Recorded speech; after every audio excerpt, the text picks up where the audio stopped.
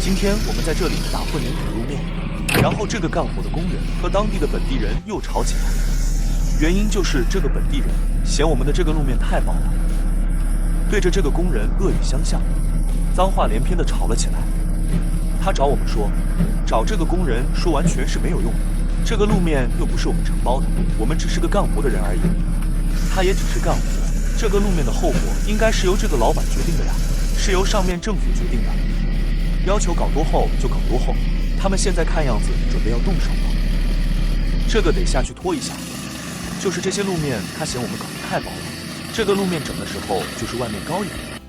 里面低一点，所以打出来的混凝土的样子也应该是外面高一点，里面低一点，他要求是外面和里面打平的，如果照他的要求来做的话，至少30公分往上，而这个路面要求是15公分，15公分的模型板。刚才这个磨面的师傅把我叫下来了，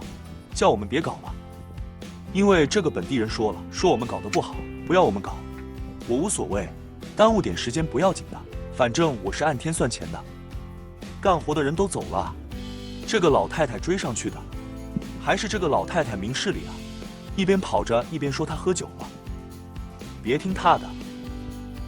昨天干活的时候，那个老人家就一直在那里骂骂咧咧的，这里搞得不好，那里搞得不好。这个本地人刚才说不要他搞，这干活的人都是一起的，你说不要他一个人搞了，那大家都不会搞了，大家都走了。这个本地人纯粹是在为难他们干活，这个路面的厚薄根本不是他们决定的，它厚一点，多打点混凝土跟他们又没什么关系，又不用他们出材料。叫这个本地人去和老板说，他又不敢说，他也是挑软柿子捏。穿红衣服这个是总包派来监工的，是楼底人，也不是本地的，我们也不是本地人，就是穿绿衣服这个人挑起的，他还是一只手，本地其他人都没说什么。这个工人师傅被这些女人说好了，现在他们准备去干活了。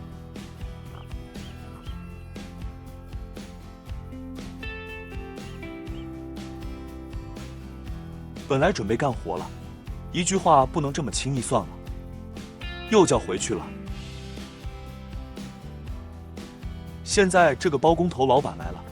他们在一起交涉。你妈有杆子，你看我这么有啊？办到以后没有师傅给我钱，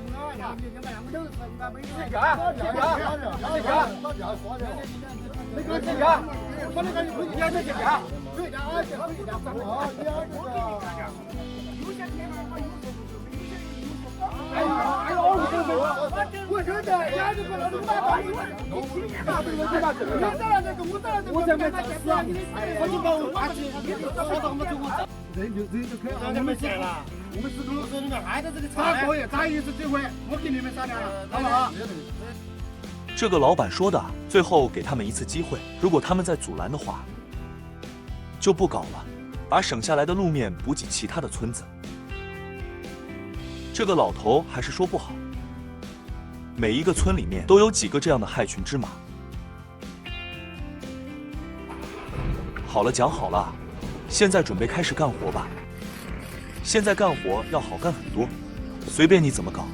他们村里面都不会有人再来说什么的。好了，今天的视频就到这里了，我要开始干活了，咱们下次再见。